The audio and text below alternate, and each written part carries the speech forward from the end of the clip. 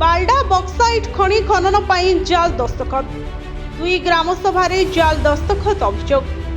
କୋରାପୁଟ ଜିଲ୍ଲା ନନ୍ଦପୁର ବ୍ଲକର ଚର୍ଚ୍ଚିତ ବାଲ୍ଡା ମାଳିଡଙ୍ଗର ବକ୍ସାଇଟ୍ ଖଣି ଖନନ ପାଇଁ ପ୍ରଶାସନ ତରଫରୁ ଗତ ଅକ୍ଟୋବର 9 ତାରିଖରେ ବାଲ୍ଡା ଓ ବନୁରରେ କରାଯାଇଥିବା ଗ୍ରାମସଭାରେ ଜାଲ ଦସ୍ତଖତ କରାଯାଇ ସଫଳ ଘୋଷିତ କରାଯାଇଛି। ବାଲ୍ଡା ମାଳିଡଙ୍ଗର ସୁରକ୍ଷା ମଞ୍ଚ ତରଫରୁ ଏଭଳି ଅଭିଯୋଗ କରାଯାଇଛି। ପ୍ରତିବାଦରେ ଶୁକ୍ରବାର ପାହାଡ଼ ପାରିପାର୍ଶ୍ୱିକ ବାଲ୍ଡା ଭେଜା ଅତଣ୍ଡା ପଞ୍ଚାୟତର 1000 ସଂଖ୍ୟାରେ ମହିଳା ଓ ପୁରୁଷ ନନ୍ଦପୁର ଅଗ୍ନିଶମ କାର୍ଯ୍ୟାଳୟ ଠାରୁ ଶୋଭାଯାତ୍ରାରେ ଆସି ବ୍ଲକ କାର୍ଯ୍ୟାଳୟ ଫାଟକ ସମ୍ମୁଖରେ ଏକତ୍ରିତ ହୋଇଥିଲେ। ପୂର୍ବାହ୍ନ 12ଟାରୁ 2ଟା ପର୍ଯ୍ୟନ୍ତ ଫର୍ଜି ଗ୍ରାମସଭା ବାତିଲ କରାଯାଉ ବୋଲି ନାରାବାଜି କରିଥିଲେ।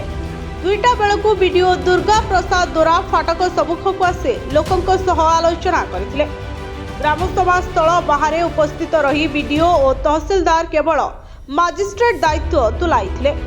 ଦସ୍ତଖତ କିଏ କଲା ଓ କରାଇଲା ଜାଣିବା ବା ତଦାରଖ କରିବା ତାଙ୍କ ଦାୟିତ୍ୱ ନୁହେଁ ବୋଲି କହିଥିଲେ।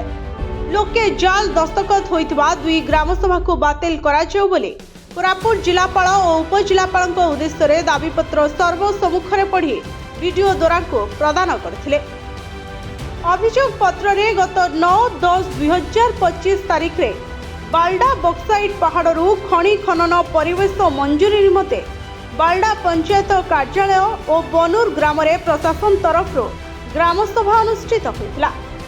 ବାଲ୍ଡା ଗ୍ରାମସଭାରେ ପଞ୍ଚାୟତବାସୀ କେହି ଉପସ୍ଥିତ ନଥିବା ବେଳେ ମାତ୍ର 41 ଜଣ ଖଣି ସପକ୍ଷବାଦୀ ଉପସ୍ଥିତ ଥିଲେ।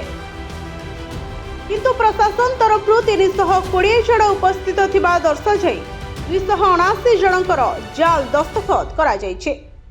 ସେଥିମଧ୍ୟରୁ 10 ଜଣ ମୃତକଙ୍କ ନାମ ଥିବା ଉଲ୍ଲେଖ କରାଯାଇଛି। ସେହିଭଳି ବନୁର ଗ୍ରାମସଭାରେ ଖଣି ସପକ୍ଷବାଦୀ 22 ଜଣ ଉପସ୍ଥିତ ଥିବା ବେଳେ 230 ଜଣଙ୍କର ଦସ୍ତଖତ କରାଯାଇଛି।